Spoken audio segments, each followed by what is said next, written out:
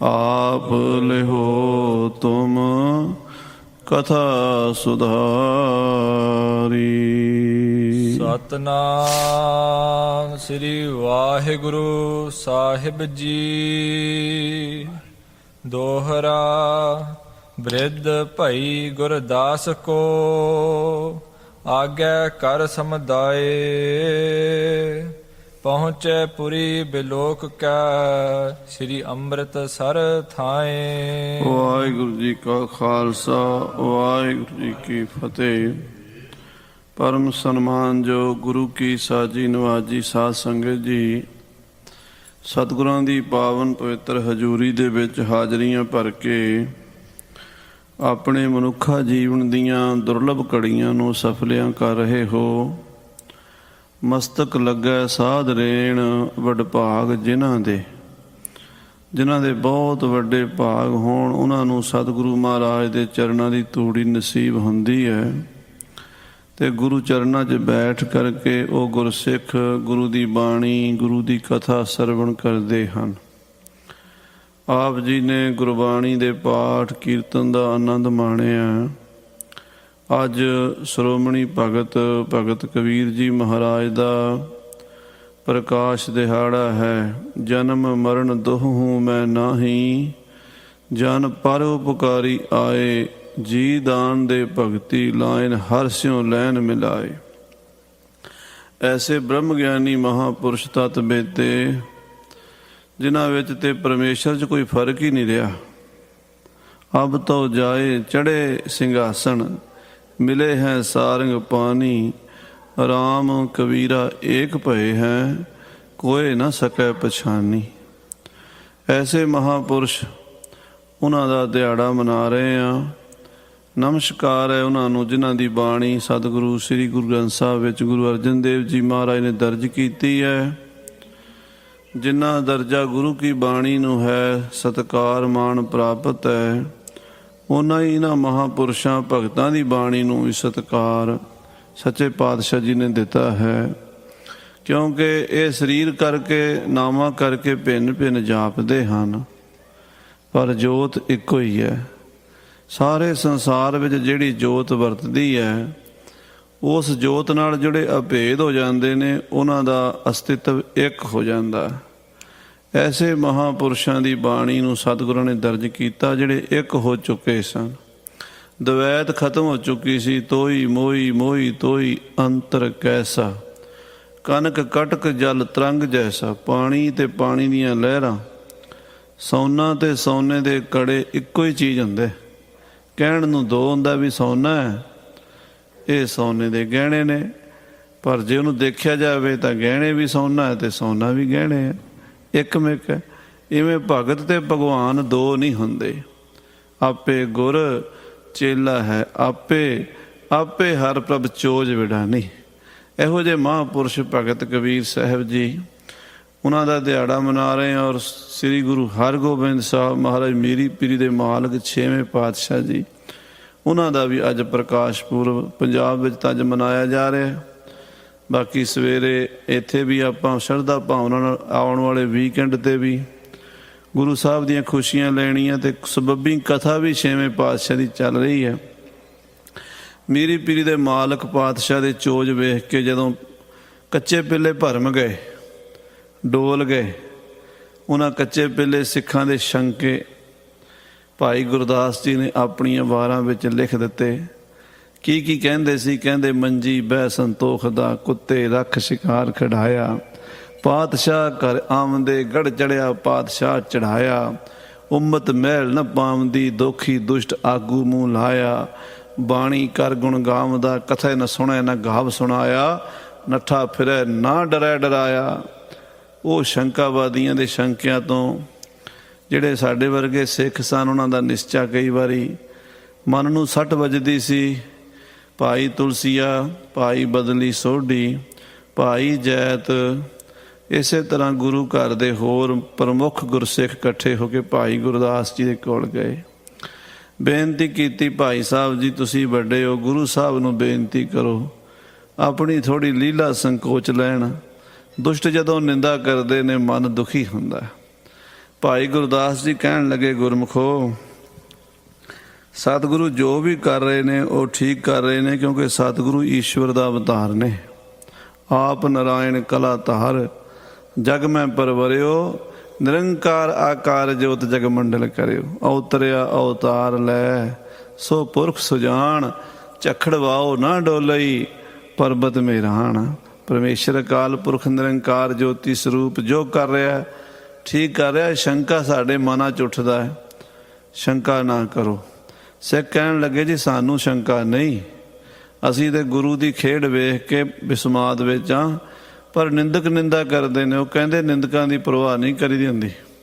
ਪਰ ਜੇ ਤੁਸੀਂ ਕਹਿਣਾ ਹੀ ਚਾਹੁੰਦੇ ਹੋ ਤੇ ਫਿਰ ਮੇਰੇ ਤੋਂ ਵੀ ਵੱਡੇ ਮਹਾਂਪੁਰਸ਼ ਬਾਬਾ ਬੁੱਢਾ ਸਾਹਿਬ ਜੀ ਹਨ, ਉਹਨਾਂ ਨੂੰ ਅੱਗੇ ਲਾ ਕੇ ਚੱਲਾਂਗੇ।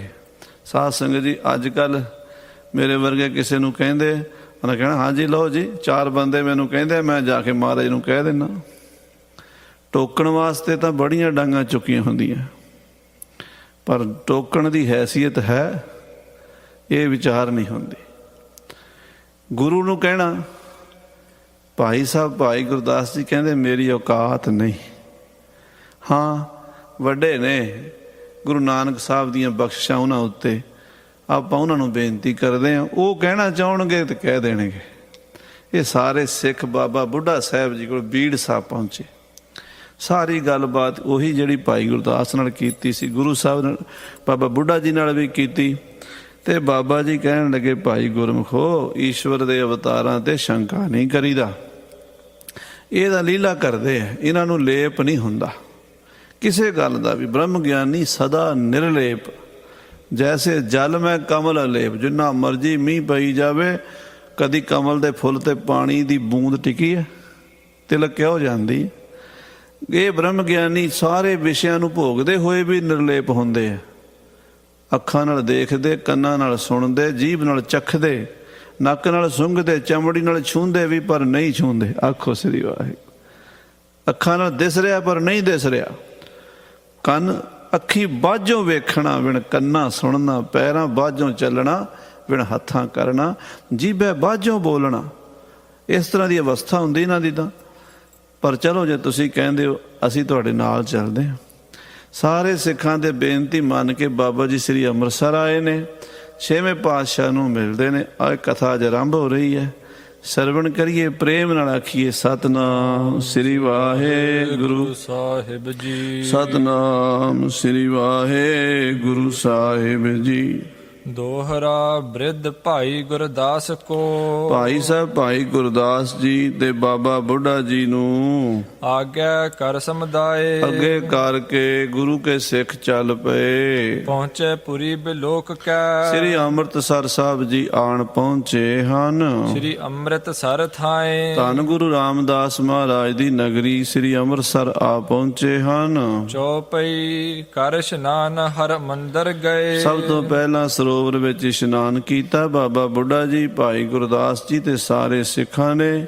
ਫਿਰ ਸੱਚਖੰਡ ਸ੍ਰੀ ਹਰਿਮੰਦਰ ਸਾਹਿਬ ਮੱਥਾ ਟੇਕਣ ਗਏ ਹਨ। ਹਾਥ ਜੋਰ ਸਭ ਬੰਦਤ ਭਏ, ਧੰਨ ਗੁਰੂ ਰਾਮਦਾਸ ਜੀ ਦੇ ਦਰਬਾਰ ਵਿੱਚ ਨਮਸਕਾਰ ਕੀਤੀ ਹੈ। ਸ੍ਰੀ ਗੁਰੂ ਗ੍ਰੰਥ ਸਾਹਿਬ ਜੀ ਨੂੰ ਮੱਥਾ ਟੇਕਿਆ ਹੈ। ਬਹੁਰ ਪ੍ਰਦਛਨਾ ਚੌਹ ਦਿਸ਼ ਫਿਰੇ, ਫਿਰ 4 ਪਰਿਕਰਮਾ ਕੀਤੀਆਂ ਸ੍ਰੀ ਦਰਬਾਰ ਸਾਹਿਬ ਜੀ ਦੀਆਂ। ਪੁਰਜਨ ਮਿਲੇ ਸੁਨਤ ਹਿਤ ਧਰੇ, ਤੇ ਜਦੋਂ ਬਾਬਾ ਜੀ ਦੇ ਆਉਣ ਦੀ ਖਬਰ ਨਗਰ 'ਚ ਪਹੁੰਚੀ, ਸਾਰੇ ਸ਼ਹਿਰ ਸ੍ਰੀ ਅੰਮ੍ਰਿਤਸਰ 'ਚ ਚਾਹੇ ਬਾਬਾ ਜੀ ਆਏ, ਚਲੋ ਛੇਤੀ ਚੱਲੀਏ ਦਰਸ਼ਨ ਕਰੀਏ। 5-10 ਮਿੰਟਾਂ ਵਿੱਚ ਹੀ ਨਾ ਸਾਰੇ ਸ਼ਹਿਰ 'ਚ, ਸਾਰੇ ਨਗਰ 'ਚ ਖਬਰ ਪਹੁੰਚ ਗਈ। ਸਾਰੇ ਗੁਰਸਿੱਖ ਆਪਣੇ ਆਪਣੇ ਕੰਮ ਸੰਕੋਚ ਕੇ ਸ੍ਰੀ ਦਰਬਾਰ ਸਾਹਿਬ ਇਕੱਠੇ ਹੋ ਗਏ। ਬੂਝੇ ਅਬ ਸਤ ਗੁਰ ਕਿਸ ਥਾਨ, ਸੇ ਆ ਕੇ ਸਿੱਖਾਂ ਨੇ ਬਾਬਾ ਜੀ ਨੂੰ ਨਮਸਕਾਰ ਕੀਤੀ। ਤੇ ਬਾਬਾ ਜੀ ਪੁੱਛਦੇ ਗੁਰਸਿੱਖਾਂ ਨੂੰ ਵੀ ਸੱਚੇ ਪਾਤਸ਼ਾਹ ਜੀ ਇਸ ਵੇਲੇ ਕਿੱਥੇ ਹਨ?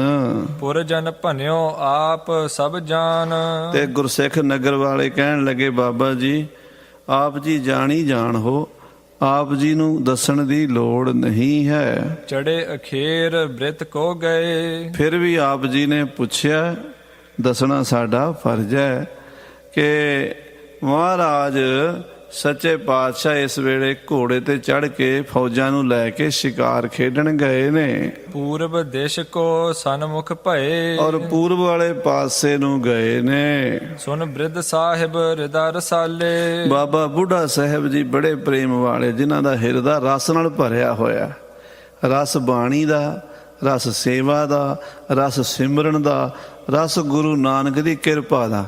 ਬਾਬਾ ਬੁੱਢਾ ਜੀ ਦੇ ਰੋਮ ਰੋਮ ਵਿੱਚ ਉਹ ਭਗਤੀ ਦਾ ਰਸ ਹੈ। ਹਾਂਜੀ, ਸਿੱਖ ਸੰਗ ਸਭ ਤਿਤ ਦਿਸ਼ ਚਾਲੇ ਸਾਰੀ ਸੰਗਤ ਨੂੰ ਨਾਲ ਲੈ ਕੇ, ਭਾਈ ਸਾਹਿਬ ਗੁਰਦਾਸ ਜੀ ਨੂੰ ਨਾਲ ਲੈ ਕੇ ਕਹਿੰਦੇ ਚਲੋ ਆਪਾਂ ਉਧਰ ਹੀ ਚੱਲੀਏ ਜਿੱਧਰ ਸੱਚੇ ਪਾਤਸ਼ਾਹ ਗਏ।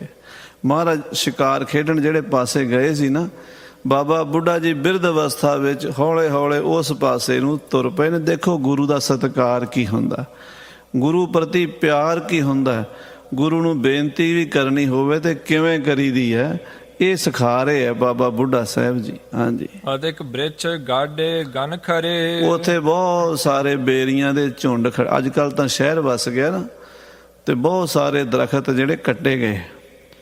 ਅਸੀਂ ਕਈ ਫੋਟੋਆਂ ਦੇਖੀਆਂ ਸ੍ਰੀ ਦਰਬਾਰ ਸਾਹਿਬ ਦੀ ਪਰਿਕਰਮਾ 'ਚ, ਇਹਨਾਂ 3 ਬੇਰੀਆਂ ਤੋਂ ਇਲਾਵਾ ਹੋਰ ਵੀ ਕਈ ਦਰਖਤ ਸਨ। ਤੇ ਜਿਹੜੇ ਬਾਬਾ ਬੁੱਢਾ ਸਾਹਿਬ, ਬਾਬਾ ਦੀਪ ਸਿੰਘ ਜੀ ਦਾ ਸ਼ਹੀਦੀ ਅਸਥਾਨ, ਜਾਂ ਇੱਧਰ ਵਿਵੇਕਸਰ ਸਾਹਿਬ, ਰਾਮਸਰ ਸਾਹਿਬ, ਇੱਧਰ ਬੜੀਆਂ ਬੇਰੀਆਂ ਤੇ ਹੋਰ ਦਰਖਤ ਸਨ, ਝੁੰਡ ਸਨ ਦਰਖਤਾਂ ਦੇ। ਬਦਰੀ ਚਲ ਦਲ ਆਦਿਕ ਹਰੇ ਕੁਝ ਪਿੱਪਲ ਦੇ ਦਰਖਤ ਸਨ, ਕੁਝ ਬੇਰੀਆਂ ਦੇ, ਕੁਝ ਹੋਰ ਕਿਸਮ ਦੇ ਦਰਖਤ ਸਨ। ਗਏ ਰਾਮਸਰ ਕੇ ਤਬ ਤੀਰ ਬਾਬਾ ਬੁੱਢਾ ਜੀ ਤੁਰਦੇ ਤੁਰਦੇ ਸ੍ਰੀ ਰਾਮਸਰ ਦੇ ਕੋਲ ਪਹੁੰਚ ਗਏ, ਜਿੱਥੇ ਮਹਾਰਾਜ ਗੁਰੂ ਗ੍ਰੰਥ ਸਾਹਿਬ ਦੀ ਬੀੜ ਸਤਿਗੁਰਾਂ ਨੇ ਲਿਖਾਈ, 5ਵੇਂ ਪਾਤਸ਼ਾਹ ਜੀ ਨੇ। ਉਸ ਜਗ੍ਹਾ ਦਾ ਨਾਮ ਗੁਰਦੁਆਰਾ ਸ੍ਰੀ ਰਾਮਸਰ ਸਾਹਿਬ। ਉੱਥੇ ਪਹੁੰਚ ਗਏ ਹਨ। ਬੈਠੇ ਤਹਿਲੇ ਸਿੱਖਨ ਧੀਰ ਬਾਬਾ ਬੁੱਢਾ ਜੀ ਉੱਥੇ ਗੁਰਸਿੱਖਾਂ ਨੂੰ ਲੈ ਕੇ ਬੈਠ ਗਏ। ਕਹਿੰਦੇ ਇੱਥੇ ਬੈਠਦੇ ਆ, ਗੁਰੂ ਸਾਹਿਬ ਜੀ ਆਉਣਗੇ ਤੇ ਇੱਥੇ ਆਪਾਂ ਦਰਸ਼ਨ ਕਰਾਂਗੇ। ਗੁਰ ਕੇ ਸਨਮੁਖ ਕਿਤਕ ਪਠਾਏ ਤੇ ਕੁਝ ਸਿੱਖਾਂ ਨੂੰ ਭੇਜਤਾ ਵੀ ਤੁਸੀਂ ਹੋਰ ਅੱਗੇ ਜਾਓ ਮਹਾਰਾਜ ਸੱਚੇ ਪਾਤਸ਼ਾਹ ਨੂੰ ਲੈਣ ਵਾਸਤੇ। ਅਸੀਂ ਤਾਂ ਬਿਰਦੇ ਆ, ਜਿਹੜੇ ਨੌਜਵਾਨ ਸੀ ਉਹਨਾਂ ਨੂੰ ਅੱਗੇ ਤੋਰ ਦਿੱਤਾ ਹੈ। ਅਮਰੀ ਸੁਧ ਕਹੀਐ ਇਤ ਆਏ ਤੇ ਕਹਿ ਦਿੱਤਾ ਵੀ ਮਹਾਰਾਜ ਜਦੋਂ ਮਿਲਣ ਤੇ ਮੇਰੇ ਵੱਲੋਂ ਉੱਥੇ ਹੀ ਮੱਥਾ ਟੇਕਿਆ ਜੇ ਤੇ ਨਮਸਕਾਰ ਕਰਕੇ ਆਖਿਆ ਜੇ ਵੀ ਬਾਬਾ ਜੀ ਤੁਹਾਨੂੰ ਮਿਲਣ ਆਏ ਹਨ। ਆਗਿਆ ਸਤਿਗੁਰ ਕਰੀ ਅਖੇਰੇ ਉਧਰ ਮਹਾਰਾਜ ਸੱਚੇ ਪਾਤਸ਼ਾਹ ਸ਼ਿਕਾਰ ਖੇਡ ਕੇ ਹਨ ਕਰ ਬਨ ਕੇ ਜੀਵ ਕਨੇਰੇ ਜੰਗਲੀ ਜਾਨਵਰ, ਸੂਰ, ਚੀਤੇ, ਦਾਸ਼, ਹੋਰ ਬਹੁਤ ਸਾਰੇ ਜਾਨਵਰਾਂ ਦਾ, ਹਿਰਨਾਂ ਦਾ ਸ਼ਿਕਾਰ ਖੇਡ ਕੇ ਆਵਤ ਚੜੇ ਚੰਮੂ ਗਨ ਸੰਗ ਆਪਣੀ ਫੌਜ ਸਮੇਤ ਮਹਾਰਾਜ ਸ਼ਿਕਾਰ ਖੇਡ ਕੇ ਵਾਪਸ ਆ ਰਹੇ ਹਨ। ਚੰਚਲ ਬਲੀ ਕੁਦਾਏ ਤੁਰੰਗ ਬੜਾ ਬਲੀ, ਬੜਾ ਚੰਚਲ ਘੋੜਾ ਪਾਤਸ਼ਾਹ ਦਾ ਪਹਿਲਾਂ ਪਾਉਂਦਾ, ਧਰਤੀ ਤੇ ਪੈਰ ਨਹੀਂ ਲੱਗਣ ਦਿੰਦਾ। ਜਾਏ ਮਿਲੇ ਸਿੱਖ ਕੋਸ ਅਗਾਰੀ ਲਗਭਗ 1 ਕੋਹ ਉਹ ਸਿੱਖ ਅੱਗੇ ਜਾ ਕੇ ਸਤਿਗੁਰੂ 6ਵੇਂ ਪਾਤਸ਼ਾਹ ਨੂੰ ਮਿਲੇ ਹਨ। ਚਰਨ ਕਮਲ ਪਰ ਬੰਧਨ ਧਾਰੀ ਸਾਰੇ ਸਿੱਖਾਂ ਨੇ ਸਤਿਗੁਰੂ ਜੀ ਦੇ ਚਰਨਾਂ ਦੇ ਬੜੀ ਸ਼ਰਧਾ ਨਾਲ ਮੱਥਾ ਟੇਕਿਆ ਹੈ। ਹੱਥ ਜੋੜ ਕੀਨੀ ਅਰਦਾਸ ਤੇ ਹੱਥ ਜੋੜ ਕੇ ਸਤਿਗੁਰਾਂ ਦੇ ਚਰਨਾਂ 'ਚ ਬੇਨਤੀ ਕੀਤੀ ਹੈ। ਬ੍ਰਿਧ ਸਾਹਿਬ ਭਾਈ ਗੁਰਦਾਸ ਗਰੀਬ ਨਵਾਜ ਸੱਚੇ ਪਾਤਸ਼ਾਹ ਜੀ ਮਹਾਰਾਜ ਆਪ ਜੀ ਦੇ ਦਰਸ਼ਨਾਂ ਲਈ ਬ੍ਰਹਮ ਗਿਆਨੀ ਬਾਬਾ ਬੁੱਢਾ ਸਾਹਿਬ ਜੀ ਅਤੇ ਭਾਈ ਗੁਰਦਾਸ ਜੀ ਆਏ ਹਨ। ਰਾਵਰ ਕੇ ਦਰਸ਼ਨ ਹਿਤ ਆਏ ਬਾਬਾ ਬੁੱਢਾ ਸਾਹਿਬ ਜੀ ਆਪ ਜੀ ਦੇ ਦਰਸ਼ਨਾਂ ਲਈ ਆਏ ਹਨ। ਪ੍ਰਥਮ ਸੁਦਾਸਰ ਮਦ ਨਹਾਏ ਪਹਿਲਾਂ ਉਹਨਾਂ ਨੇ ਸ੍ਰੀ ਅੰਮ੍ਰਿਤਸਰ ਇਸ਼ਨਾਨ ਕੀਤਾ ਹੈ। ਇਤ ਸੁਧ ਸੁਣੀ ਆਪ ਕੀ ਜਬੈ ਹਰਿਮੰਦਰ ਸਾਹਿਬ ਦੇ ਦਰਸ਼ਨ ਕਰਕੇ ਜਦੋਂ ਪਤਾ ਲੱਗਾ ਵੀ ਆਪ ਜੀ ਇੱਧਰ ਸ਼ਿਕਾਰ ਖੇਡਣ ਆਏ ਹੋ, ਥਿਰੇ ਰਾਮਸਰ ਤੀਰਥ ਤਬੈ ਤੇ ਬਾਬਾ ਬੁੱਢਾ ਜੀ ਰਾਮਸਰ ਰਸਤੇ ਵਿੱਚ ਤੀਰਥ ਸ੍ਰੀ ਰਾਮਸਰ, ਜਿੱਥੇ ਮਹਾਰਾਜ ਪੰਚਮ ਪਾਤਸ਼ਾਹ ਜੀ ਨੇ ਸ੍ਰੀ ਗੁਰੂ ਗ੍ਰੰਥ ਸਾਹਿਬ ਜੀ ਦਾ ਪਾਵਨ ਸਰੂਪ ਲਿਖਾਇਆ, ਇਸ ਤੀਰਥ ਨੂੰ ਵਰ ਦਿੱਤਾ, ਨਿਤ ਪ੍ਰਤ ਨਹਾਵਣ ਰਾਮਸਰ ਕੀਜੈ, ਝੋਲ ਮਹਾਰਸ ਹਰ ਅੰਮ੍ਰਿਤ ਪੀਜੈ। ਇਹ ਬਚਨ ਉੱਥੇ ਉਚਾਰਨ ਕੀਤੇ। ਸ੍ਰੀ ਸੁਖਮਣੀ ਸਾਹਿਬ ਦੀ ਬਾਣੀ ਵੀ ਸ੍ਰੀ ਰਾਮਸਰ ਸਾਹਿਬ ਦੇ ਕੰਢੇ ਤੇ ਉਚਾਰਨ ਕੀਤੀ। ਬੜੀ ਮਹਾਨ ਪਵਿੱਤਰ ਧਰਤੀ ਹੈ ਸ੍ਰੀ ਰਾਮਸਰ ਸਾਹਿਬ ਦੀ। ਉਹਦੇ ਲਾਗੇ ਬਾਬਾ ਬੁੱਢਾ ਸਾਹਿਬ ਜੀ ਇਸ ਵੇਲੇ ਬੈਠੇ ਹਨ। ਸਭਗਤ ਜਾਨੀ ਅੰਤਰ ਜਾਮੀ ਸਤਿਗੁਰੂ ਹਰਗੋਬਿੰਦ ਸਾਹਿਬ ਘਟ ਘਟ ਕੇ ਅੰਤਰ ਕੀ ਜਾਣਤ, ਭਲੇ ਬੁਰੇ ਕੀ ਪੀਰ ਪਛਾਣਤ। ਜਾਣ ਗਏ ਵੀ ਬਾਬਾ ਬੁੱਢਾ ਸਾਹਿਬ ਜੀ ਕਿਉਂ ਆਏ ਹਨ। ਸਿੱਖ ਤਖਤੂ ਸੰਗ ਬੋਲੇ ਸੁਆਮੀ। ਸੱਚੇ ਪਾਤਸ਼ਾਹ ਭਾਈ ਤਖਤੂ ਜੀ ਨੂੰ ਕਹਿਣ ਲੱਗੇ, ਕਿਤਕ ਕਾਲ ਬੀਤਾ ਤਿਨ ਆਏ। ਅੱਛਾ ਭਾਈ ਤਖਤੂ, ਬਾਬਾ ਜੀ ਨੂੰ ਆਇਆ ਨੂੰ ਕਿੰਨਾ ਕੁ ਚਿਰ ਹੋਇਆ? ਹਾਂਜੀ। ਕੇਤਕ ਸਿੱਖ ਸੰਗ ਮੈਂ ਲਿਆਏ। ਕਿੰਨੇ ਕੁ ਸਿੱਖ ਨਾਲ ਹਨ ਬਾਬਾ ਜੀ ਦੇ? ਸੁਨੋ ਪ੍ਰਭੂ ਤਹ ਬੈਠੇ ਜਬੈ। ਭਾਈ ਤਖਤੂ ਕਹਿਣ ਲੱਗਾ, ਸੱਚੇ ਪਾਤਸ਼ਾਹ ਜੀ, ਜਦੋਂ ਬਾਬਾ ਬੁੱਢਾ ਜੀ ਰਾਮਸਰ ਦੇ ਕੋਲ ਬੈਠੇ ਨੇ, ਮੈਂ ਆਇਓ ਧਾਵਤ ਇਤ ਤਬੈ। ਮੈਂ ਉਸੇ ਵੇਲੇ ਆਪ ਜੀ ਨੂੰ ਖਬਰ ਦੇਣ ਆ ਗਿਆ ਹਾਂ। ਬੀਤ ਗਈ ਘਟਕਾ ਅਬ ਦੋਏ। 2 ਘੜੀਆਂ ਸਮਝੋ ਹੋ ਗਈਆਂ, ਬੈਠਿਆਂ ਨੂੰ ਲਗਭਗ ਅੱਧਾ ਪੌਣਾ ਘੰਟਾ ਹੋ ਚੁੱਕਾ ਹੈ। ਬੀਸਕ ਸਿੱਖ ਸੰਗ ਮੈਂ ਜੋਏ। ਮੈਂ ਦੇਖੇ ਨੇ 20 ਕੁ ਗੁਰਸਿੱਖ ਬਾਬਾ ਜੀ ਦੇ ਨਾਲ ਹਨ, ਭਾਈ ਸਾਹਿਬ ਗੁਰਦਾਸ ਜੀ ਵੀ ਨਾਲ ਹਨ। ਇਮ ਬਤਰਾਵਤ ਸਤਿਗੁਰ ਆਏ। ਤੇ ਬਾਬਾ ਬੁੱਢਾ ਜੀ ਹੁਣੇ ਆਏ ਨੇ ਆਪ ਜੀ ਦੇ ਦਰਸ਼ਨ ਕਰਨ ਲਈ। ਏਦਾਂ 6ਵੇਂ ਪਾਤਸ਼ਾਹ ਭਾਈ ਤਖਤੂ ਵਰਗੇ ਸਿੱਖਾਂ ਨਾਲ ਬਚਨ ਬਿਲਾਸ ਕਰਦੇ ਕਰਦੇ, ਕਿਉਂਕਿ ਉੱਥੋਂ ਇੱਕ ਕੋਹ ਦੀ ਬਾਟ ਸੀ ਸਾਰੀ, ਤੇ ਘੋੜਿਆਂ ਤੇ ਕੋਈ ਪਤਾ ਨਹੀਂ ਲੱਗਦਾ, 5-7 ਮਿੰਟਾਂ 'ਚ ਪਹੁੰਚ ਗਏ। ਕਾਨਨ ਗਾਡੋ ਬ੍ਰਿਧ ਜਿਹ ਥਾਏ। ਬਹੁਤ ਸੋਹਣੀ ਥਾਂ ਤੇ ਜਿੱਥੇ ਆਲੇ ਦੁਆਲੇ ਦਰਖਤ ਸਨ। ਹੁਣ ਤਾਂ ਸ਼ਹਿਰ ਵਸਿਆ, ਹੁਣ ਤਾਂ ਸ਼ਹਿਰ ਅੰਮ੍ਰਿਤਸਰ ਤਰਨਤਾਰਨ ਸਾਹਿਬ ਕੋਲ ਪਹੁੰਚ ਗਿਆ।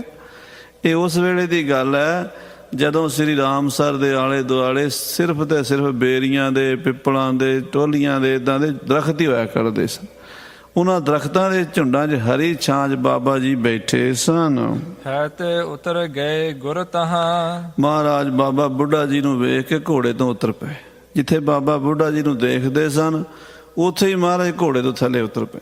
ਜਦੋਂ ਦੂਰੋਂ ਬਾਬਾ ਜੀ ਦੇ ਦਰਸ਼ਨ ਹੋਏ ਨਾ, ਤੇ ਸਤਿਗੁਰੂ ਘੋੜੇ ਤੋਂ ਉਤਰ ਪਏ। ਸਿੱਖਨ ਸਹਿਤ ਥਿਰਿਓ ਬ੍ਰਿਧ ਜਹਾਂ। ਜਿੱਥੇ ਬ੍ਰਹਮ ਗਿਆਨੀ ਬਾਬਾ ਬੁੱਢਾ ਸਾਹਿਬ ਜੀ ਬਿਰਾਜੇ ਹੋਏ ਹਨ। ਸੁਧ ਕੋ ਲਹਿ ਗਹਿ ਹਾਥ ਸਟੋਰੀ। ਕਹਿੰਦੇ ਜਦੋਂ ਬਾਬਾ ਜੀ ਨੇ ਵੇਖਿਆ ਵੀ ਉਹ ਸੱਚੇ ਪਾਤਸ਼ਾਹ ਘੋੜੇ ਤੋਂ ਉਤਰ ਕੇ ਥੱਲੇ ਤੁਰਨ ਲੱਗ ਪਏ ਨੇ, ਤੇ ਬਾਬਾ ਜੀ ਉੱਠ ਕੇ ਨਾ ਹੱਥ ਵਿੱਚ ਆਪਣੀ ਖੂੰਡੀ ਫੜ ਲਈ। ਉਠਿਓ ਅਗਰ ਮਤ ਪ੍ਰੇਮ ਸੋ ਬੋਰੀ।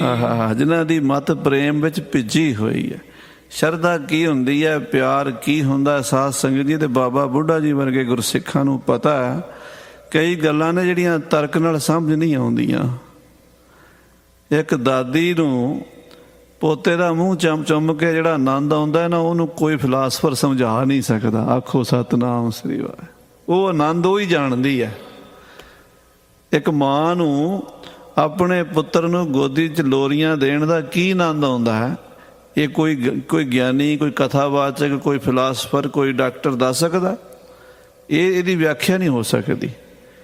ਇਹ ਤਾਂ ਜਿਹੜਾ ਗੁਰੂ ਕੇ ਸਿੱਖਾਂ ਨੂੰ ਰਸ ਆਉਂਦਾ ਨਾ, ਉਹੀ ਜਾਣਦੇ ਨੇ। ਇਹ ਹਰ ਰਸ ਸਹੀ ਜਾਣਦੇ ਜਿਉਂ ਗੂੰਗੇ ਮਠਿਆਈ ਖਾਈ। ਭਾਈ ਸਾਹਿਬ ਭਾਈ ਗੁਰਦਾਸ ਜੀ ਤੇ ਬਾਬਾ ਬੁੱਢਾ ਜੀ 6ਵੇਂ ਪਾਤਸ਼ਾਹ ਨੂੰ ਵੇਖ ਕੇ ਆਨੰਦਿਤ ਹੋ ਗਏ ਨੇ, ਤੇ ਬਾਬਾ ਜੀ ਹੌਲੇ ਹੌਲੇ ਤੁਰਨ ਲੱਗੇ ਨੇ। ਪਰਮ ਬ੍ਰਿਧ ਬਲ ਤੇ ਤਨ ਖਾਲੀ। ਬਿਰਧ ਹੋ ਚੁੱਕਿਆ ਸਰੀਰ, ਲਗਭਗ 125 ਸਾਲ ਦੀ ਉਮਰ ਹੋ ਚੁੱਕੀ ਹੈ, ਤੇ ਸਰੀਰ ਦੇ ਵਿੱਚ ਬਲ ਨਹੀਂ, ਪਰ ਆਤਮਾ ਦੇ ਵਿੱਚ ਬੇਅੰਤ ਸ਼ਕਤੀਆਂ ਹਨ। ਬੇਅੰਤ ਉਹ ਪਾਵਰਾਂ ਹਨ ਜਿਹੜੀਆਂ ਗੁਰੂ ਨਾਨਕ ਨੇ ਆਪਣਾ ਹੱਥ ਰੱਖ ਕੇ ਸਿਰ ਤੇ ਆਖਿਆ ਸੀ, ਜਾ ਤੈਨੂੰ ਸਾਰੀਆਂ ਹੀ ਤਾਕਤਾਂ ਦਿੱਤੀਆਂ, ਮੈਂ ਤੈਥੋਂ ਓਲੇ ਨਾ ਹੋ ਸਾਂ, ਤੇਰੀਆਂ ਅੱਖਾਂ ਤੋਂ ਮੈਂ ਓਲੇ ਨਹੀਂ ਹੋਣਾ। ਸਾਰੀ ਉਮਰ ਬਾਬਾ ਬੁੱਢਾ ਸਾਹਿਬ ਦੇ ਸਾਹਮਣੇ ਸਤਿਗੁਰੂ ਰਹੇ ਨੇ, ਹਰ ਵੇਲੇ ਰਹੇ ਨੇ, ਤੇ ਹੁਣ ਵੀ ਨੇ, ਤੇ ਅੱਗੇ ਵੀ ਰਹਿਣਗੇ। ਕਿਉਂਕਿ ਉਹ ਜਿਹੜੀ ਅਵਸਥਾ ਹੈ ਨਾ, ਉਹ ਸਰੀਰ ਤੋਂ ਪਰੇ ਦੀ ਹੈ। ਆਖੋ ਸ੍ਰੀ ਵਾਹਿਗੁਰੂ। ਐਸੀ ਅਵਸਥਾ ਬਾਬਾ ਬੁੱਢਾ ਸਾਹਿਬ ਜੀ ਤੁਰੇ ਜਾ ਰਹੇ ਨੇ। ਤਿਉਂ ਤਿਉਂ ਸਿੱਖੀ ਅਧਿਕ ਸੰਭਾਲੀ। ਜਿਉਂ-ਜਿਉਂ ਬਿਰਧ ਹੋਈ ਗਏ ਨੇ, ਤਿਉਂ-ਤਿਉਂ ਸਿੱਖੀ ਮਜ਼ਬੂਤ ਹੁੰਦੀ ਗਈ ਹੈ। ਸਰੀਰ ਕਮਜ਼ੋਰ ਹੋ ਰਿਹਾ, ਸਿੱਖੀ ਦੀ ਅਵਸਥਾ ਮਜ਼ਬੂਤ ਹੋ ਰਹੀ ਹੈ। ਗੁਰਮੁਖ ਬੁੱਢੇ ਕਦੇ ਨਾਹੀਂ, ਜਿਨ੍ਹਾਂ ਅੰਤਰ ਸੁਰਤ ਗਿਆਨ, ਉਹ ਅਵਸਥਾ 'ਚ ਬਾਬਾ ਜੀ ਪਹੁੰਚੇ। ਗੁਰ ਕੇ ਚਰਨ ਕਮਲ ਅਭਿਲਾਖੇ। ਗੁਰੂ ਮਹਾਰਾਜ ਦੇ ਚਰਨ ਕਮਲਾਂ ਤੋਂ ਬਿਨਾਂ ਹੋਰ ਕਿਸੇ ਚੀਜ਼ ਦੀ ਇੱਛਾ ਨਹੀਂ। ਹਰ ਵੇਲੇ ਹੀ ਇੱਛਾ ਹੈ, ਕਬੀਰ ਚਰਨ ਕਮਲ ਕੀ ਮੌਜ ਮੈਂ ਰਹੂੰ ਅੰਤ ਅਰਿਆਦ। ਸਾਰੀ ਜ਼ਿੰਦਗੀ ਮੈਂ ਇੱਥੇ ਹੀ ਰਵਾਂ ਬਸ। ਤਿਸੇ ਹਟਾਏ ਆਪ ਕਰ ਰਾਖੇ। ਕਹਿੰਦੇ ਉਹ ਬਾਕੀ ਚੀਜ਼ਾਂ ਹਟਾ ਦਿੱਤੀਆਂ ਨੇ, ਬਸ ਗੁਰੂ ਸਾਹਿਬ ਜੀ ਦੇ ਚਰਨਾਂ ਦੀ ਪ੍ਰੀਤ ਹੀ ਇੱਕ ਆਪਣੇ ਮਨ 'ਚ ਦ੍ਰਿੜ ਕੀਤੀ ਹੋਈ ਹੈ। ਇਮ ਕਰ ਬੰਧਨ ਆਪਸ ਮਾਹੀ। ਮਹਾਰਾਜ ਅੱਗੇ ਵਧੇ ਛੇਵੇਂ ਪਾਤਸ਼ਾਹ ਬਾਬਾ ਬੁੱਢਾ ਜੀ ਨੂੰ ਮੱਥਾ ਟੇਕਣ ਲਈ, ਤੇ ਬਾਬਾ ਬੁੱਢਾ ਜੀ ਨੇ ਗੁਰੂ ਸਾਹਿਬ ਦੇ ਹੱਥ ਫੜ ਲਏ ਤੇ ਆਪ ਮਹਾਰਾਜ ਦੇ ਚਰਨਾਂ ਤੇ ਮੱਥਾ ਟੇਕ ਦਿੱਤਾ। ਧੰਨ ਗੁਰੂ ਹਰਗੋਬਿੰਦ ਸਾਹਿਬ ਤੇ ਬਾਬਾ ਬੁੱਢਾ ਜੀ ਜਦੋਂ ਵੀ ਮਿਲਦੇ ਸੀ, ਇੱਕ ਸੀਨ ਨਿਆਰਾ ਹੁੰਦਾ ਸੀ, ਉਹ ਮਹਾਰਾਜ ਨੂੰ ਛੇਵੇਂ ਪਾਤਸ਼ਾਹ ਨੂੰ ਮੱਥਾ ਟੇਕਦੇ ਸੀ ਗੁਰੂ ਜਾਣ ਕੇ, ਤੇ ਮਹਾਰਾਜ ਮੱਥਾ ਟੇਕਦੇ ਸੀ ਬ੍ਰਹਮ ਗਿਆਨੀ ਬਾਬਾ ਬੁੱਢਾ ਸਾਹਿਬ ਜੀ ਦੀ ਪਰਮ ਉੱਚ ਅਵਸਥਾ ਨੂੰ, ਕਿ ਸਤਿਗੁਰੂ ਨਾਨਕ ਦੇਵ ਜੀ ਤੋਂ ਲੈ ਕੇ ਸਾਰੇ ਗੁਰੂਆਂ ਨੇ ਇਹਨਾਂ ਦਾ ਸਤਿਕਾਰ ਕੀਤਾ। ਇਹ ਬਹੁਤ ਵੱਡੇ ਹਨ।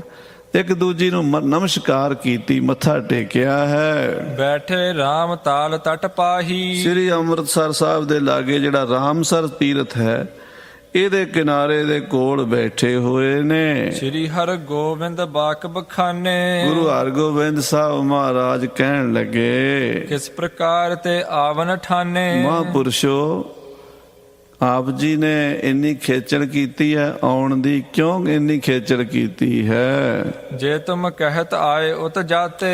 ਆਪ ਜੀ ਸੁਨੇਹਾ ਭੇਜ ਦਿੰਦੇ, ਅਸੀਂ ਬੀੜ ਸਾਹਿਬ ਆ ਕੇ ਆਪ ਜੀ ਦੇ ਚਰਨ ਪਰਸ ਲੈਂਦੇ, ਉੱਥੇ ਆਪ ਜੀ ਨਾਲ ਬਚਨ ਵਿਲਾਸ ਕਰਦੇ, ਉੱਥੇ ਦਰਸ਼ਨ ਕਰਦੇ ਆ ਕੇ।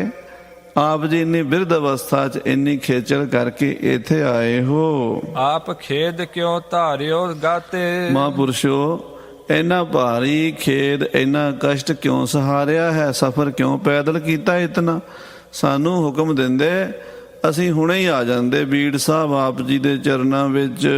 ਜੇਠ ਮਾਸ ਕੀ ਤਪਤ ਬਡੇਰੀ। ਇੱਕ ਜੇਠ ਦਾ ਮਹੀਨਾ, ਗਰਮੀ ਬੜੀ ਹੈ, ਇੰਨੀ ਗਰਮੀ ਦੇ ਵਿੱਚ, ਤਪਸ਼ ਦੇ ਵਿੱਚ ਆਪ ਜੀ ਬੀੜ ਸਾਹਿਬ ਤੋਂ ਚੱਲ ਕੇ ਆਏ ਹੋ। ਸਹਿ ਕਰ ਕਿਮ ਆਏ ਇਸ ਬੇਰੀ। ਇੰਨੀ ਮਹਾਰਾਜ ਧੁੱਪ ਸਹਿ ਕੇ, ਕਸ਼ਟ ਸਹਿ ਕੇ ਕਿਉਂ ਆਏ ਹੋ? ਸੁਣ ਬੁੱਢਾ ਬੋਲਿਓ ਤੁਮ ਸੁਆਮੀ। ਬਾਬਾ ਬੁੱਢਾ ਸਾਹਿਬ ਜੀ ਕਹਿਣ ਲੱਗੇ, ਹੇ ਸੱਚੇ ਪਾਤਸ਼ਾਹ, ਤੁਸੀਂ ਮਾਲਕ ਹੋ, ਤੁਸੀਂ ਸ਼ਹਿਨਸ਼ਾਹ ਹੋ, ਤੁਸੀਂ ਪਾਤਸ਼ਾਹ ਹੋ, ਤੁਸੀਂ ਮੇਰੇ ਸਤਿਗੁਰੂ ਹੋ, ਧੰਨ ਗੁਰੂ ਨਾਨਕ ਸਾਹਿਬ ਜੀ ਮਹਾਰਾਜ ਦਾ ਸਰੂਪ ਹੋ, ਤੁਸੀਂ ਮੇਰੇ ਮਾਲਕ ਹੋ, ਮੇਰੇ ਸਿਰ ਦੇ ਸਾਈਂ ਹੋ ਤੁਸੀਂ। ਹਾਂਜੀ, ਸਭ ਘਟ ਜਾਣਤ ਅੰਤਰ ਜਾਮੀ। ਆਪ ਅੰਤਰਜਾਮੀ ਹੋ, ਘਟ ਘਟ ਦੀ ਜਾਣਨ ਵਾਲੇ। ਸੰਸਾਰ ਜਿਤਨੀ ਸ੍ਰਿਸ਼ਟੀ ਦੇ ਜਿਤਨੇ ਜੀਵ, ਜਿੰਨੇ ਪ੍ਰਾਣੀ ਮਾਤਰ ਹਨ, ਉਹਨਾਂ ਦੇ ਮਨ 'ਚ ਕੀ ਚੱਲ ਰਿਹਾ ਤੁਸੀਂ ਜਾਣਦੇ ਹੋ।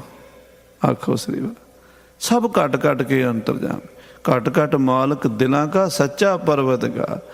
ਆਪ ਜੀ ਸ੍ਰਿਸ਼ਟੀ ਦੇ ਕੋਨੇ ਕੋਨੇ, ਜਿੱਥੇ ਜਿੱਥੇ ਕੋਈ ਪ੍ਰਾਣੀ ਮਾਤਰ ਰਹਿ ਰਿਹਾ, ਉਹਦੇ ਮਨ ਵਿੱਚ ਕੀ ਫੁਰਨਾ ਸਭ ਜਾਣਦੇ ਹੋ। ਹਾਂਜੀ, ਤੋ ਸਿੱਖ ਸੰਗਤ ਗੁਰ ਕੇਰੀ। ਇਹ ਸੱਚੇ ਪਾਤਸ਼ਾਹ, ਫਿਰ ਵੀ ਆ ਜਿਹੜੀ ਗੁਰੂ ਕੀ ਸਿੱਖ ਸੰਗਤ ਹੈ ਨਾ, ਇਹਨਾਂ ਦਾ ਬਚਨ ਮੰਨ ਕੇ ਸਾਨੂੰ ਆਉਣਾ ਪਿਆ ਹੈ। ਕਹਿਓ ਚਹਿਤ ਇਨ ਕੇ ਹਿਤ ਪ੍ਰੇਰੀ। ਇਹਨਾਂ ਗੁਰਸਿੱਖਾਂ ਨੇ ਕੁਝ ਬੇਨਤੀ ਕਰਨੀ ਸੀ, ਇਹ ਸਾਨੂੰ ਲੈ ਆਏ ਨੇ ਵੀ ਤੁਸੀਂ ਬੇਨਤੀ ਕਰੋ। ਇਹਨਾਂ ਦੇ ਪ੍ਰੇਰੇ ਹੋਏ ਅਸੀਂ ਆਏ ਹਾਂ। ਹਾਂਜੀ, ਨਿਜ ਦਾਸਨ ਕੇ ਕਸ਼ਟ ਬਿਨਾਸਨ। ਮਹਾਰਾਜ ਆਪ ਜੀ ਨੇ ਅਵਤਾਰ ਧਾਰਿਆ ਆਪਣੇ ਸੇਵਕਾਂ ਦੇ ਦੁੱਖ ਦੂਰ ਕਰਨ ਲਈ, ਕਸ਼ਟਾਂ ਦਾ ਨਾਸ ਕਰਨ ਲਈ। ਜਾਵਰ ਕੋ ਜਗ ਵਿਖੇ ਪ੍ਰਕਾਸ਼ਨ। ਆਪ ਜੀ ਦਾ ਇਹ ਸੰਸਾਰ ਤੇ ਆਉਣਾ ਹੀ ਇਸ ਕਰਕੇ ਹੋਇਆ। ਸੱਚੇ ਪਾਤਸ਼ਾਹ ਜੀ ਸਾਧ ਰੂਪ ਆਪਣਾ ਤਨ ਧਾਰਿਆ, ਪਰਮੇਸ਼ਰ ਨੇ ਗੁਰੂ ਨਾਨਕ ਦਾ ਰੂਪ ਧਾਰਨ ਕੀਤਾ। ਕਾਹਦੇ ਵਾਸਤੇ? ਸੰਸਾਰੀ ਜੀਵਾਂ ਦੇ ਦੁੱਖ ਦੂਰ ਕਰਨ ਲਈ। ਜਿਹੜੇ ਜੀਵ ਨਰਕਾਂ 'ਚ ਜਾ ਰਹੇ ਸਨ, ਦੁਖੀ ਹੋ ਰਹੇ ਸਨ, ਵਿਕਾਰਾਂ 'ਚ ਫਸੇ ਸਨ, ਈਰਖਾ ਰਾਗ ਦਵੈਸ਼ 'ਚ ਫਸੇ ਸਨ, ਉਹਨਾਂ ਦੇ ਤਪਦੇ ਹਿਰਦਿਆਂ ਨੂੰ ਠੰਡ ਪਾਉਣ ਲਈ ਗੁਰੂ ਨਾਨਕ ਬਣ ਕੇ ਆਏ ਹੋ। ਇਹ ਜਿਹੜਾ 6ਵਾਂ ਜਾਮਾ ਧਾਰਨ ਕੀਤਾ, ਇਹ ਵੀ ਤੁਸੀਂ ਧਰਮ ਦੀ ਰੱਖਿਆ ਲਈ ਇਹ ਵੀਰ ਅਸੀਂ ਅਵਤਾਰ ਧਾਰਨ ਕੀਤਾ ਹੈ। ਸੂਰਜ ਕਿਰਨ ਸਰਬ ਥਲ ਲਾਗੇ। ਮਹਾਰਾਜ ਸੂਰਜ ਦੀਆਂ ਕਿਰਨਾਂ ਸਾਰੀਆਂ ਥਾਵਾਂ ਤੇ ਪੈਂਦੀਆਂ ਨੇ। ਸੂਰਜ ਦੀਆਂ ਕਿਰਨਾਂ ਜਹਾਂ ਸਾ ਕਿਛ ਤਹਾਂ ਲਾਗਿਓ, ਤਿਲ ਨਾ ਸ਼ੰਕਾ ਮਾਨ।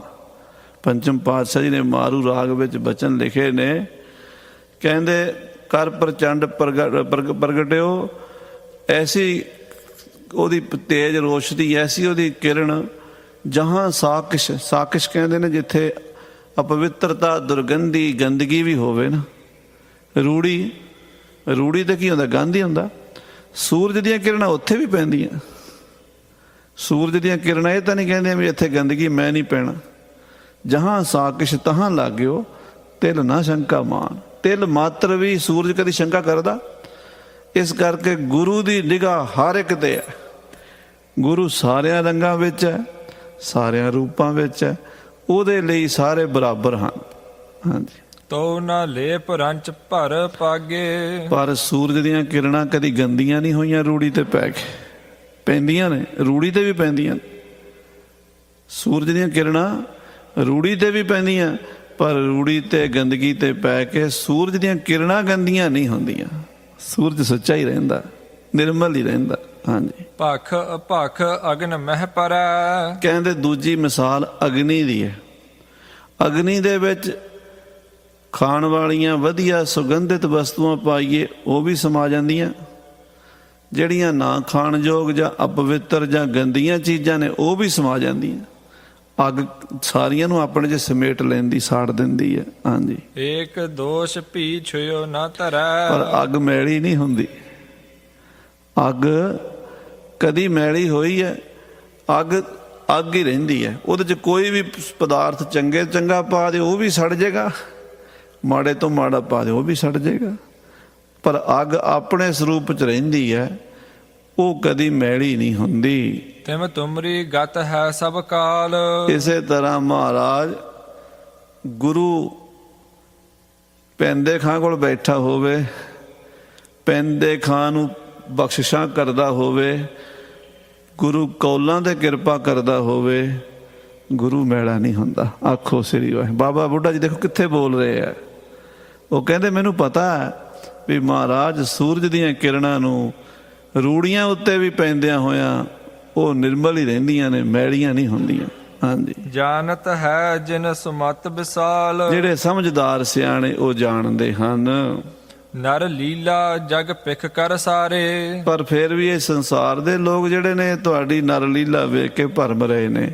ਸੋ ਬਾਬਾ ਬੁੱਢਾ ਜੀ ਜਿਹੜੀ ਗੱਲ ਚੱਲ ਰਹੀ ਸੀ ਉਹਦਾ ਗੁਰੂ ਸਾਹਿਬ ਨਾਲ ਵਿਚਾਰ ਕਰਨਗੇ। ਇਹ ਕਥਾ ਕੱਲ੍ਹ ਦੇ ਪ੍ਰਕਰਣਾਂ 'ਚ ਆਪਾਂ ਸਰਵਣ ਕਰਾਂਗੇ। ਸੋ ਸਮੇਂ ਦੇ ਲਿਹਾਜ਼ ਨਾਲ ਸਮਾਪਤੀ ਹੈ।